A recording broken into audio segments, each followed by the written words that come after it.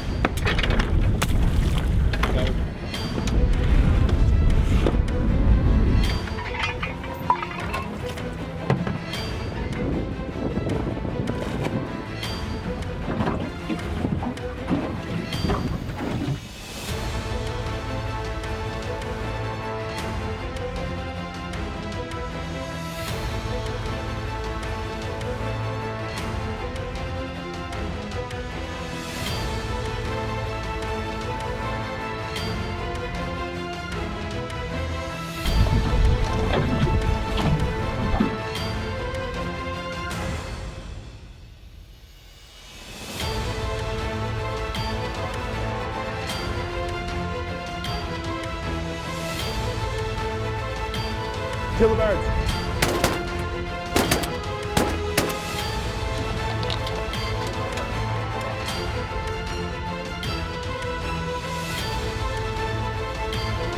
Yeah, good, Brian.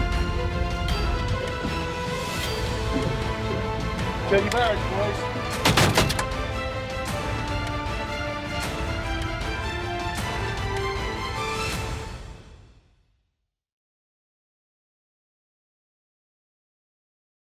Really, I was just looking for the experience of how differently it's done, you know, on the ocean and out in Long Island compared to the way it's done back at home. You know, we've done layout hunts at home and hunted divers on Lake Erie for years, so last 20 years. So coming out here, I know it's different. I wanted to see how it's done on the ocean, see what they do differently, how they work the decoys, how they work the boat, how they set everything up. It was just really interesting to come out here and see the different ways that people do things in a different area.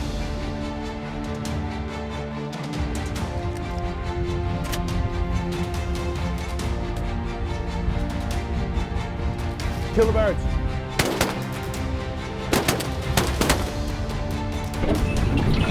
I want a big string. Big one. Right in.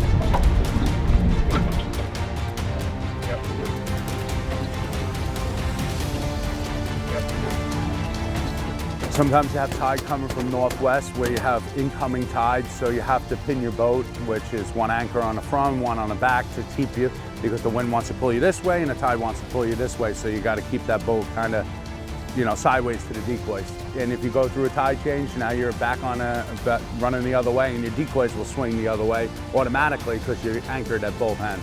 The battle between the wind and the tide.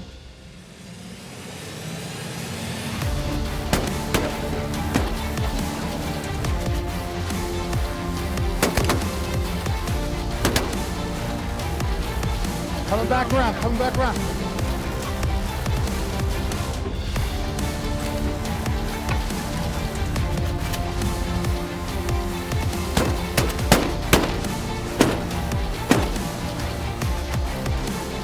When the bird hits the water and it's still alive, I would say that's where frustration kicks in. You have to basically chase that bird down.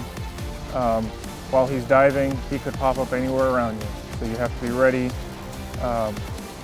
He may come up behind you and then pop up in front of you. You have, once that bird goes under the water, you have no idea where he's going to come up. He comes right up, gets a breath, and goes right back down.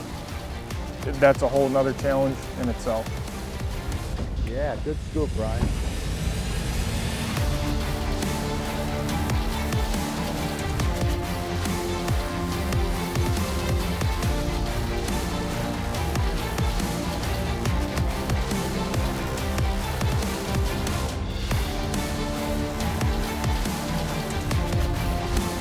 Kill him.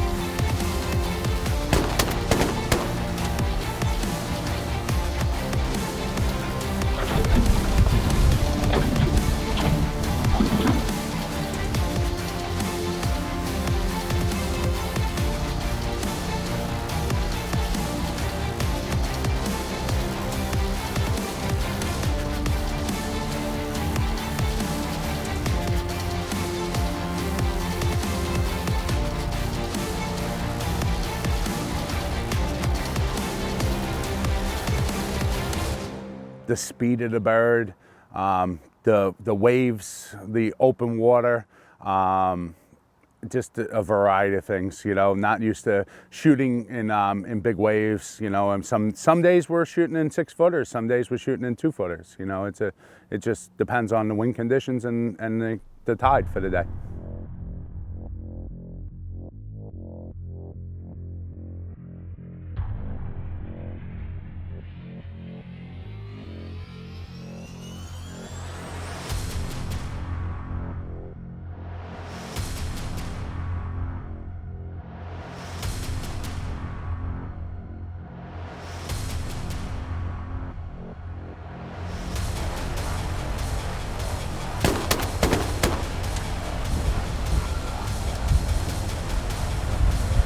Kill him.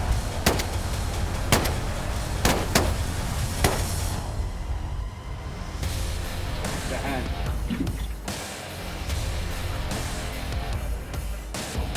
All white wingers. No? Yeah? Yeah, white wingers. All white wingers, guys.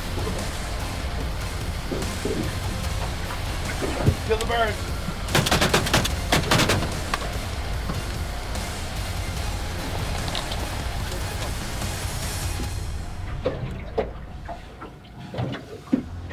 Kill the tracks, boys. Well, this is far from your river hunt, your marsh hunt. In order to get on the ocean, obviously you need bigger equipment. The boats are huge.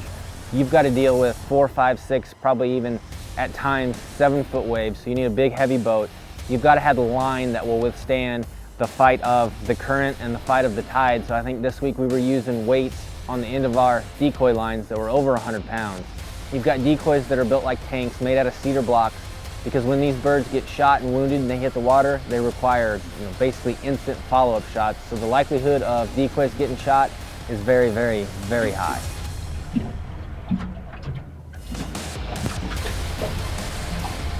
Ryan, get ready to kill that bird. Kill that bird, Ryan. Kill the bird.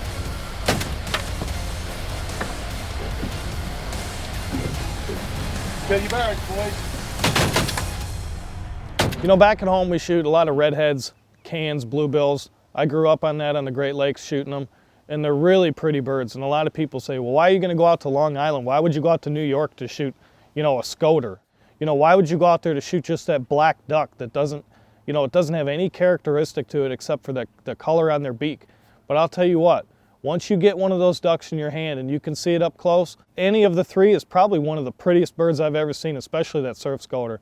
It's just a majestic bird. They're really, really pretty. I'm happy to come out here and finally do it. It's something I've been wanting to do for years and experience this different type of waterfowl hunting.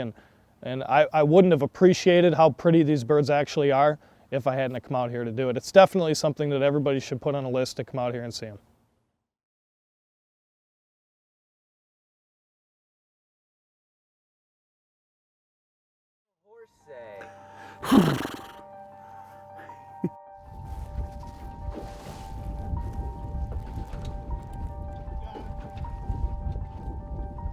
So much nicer when it's not rough, huh, Rod?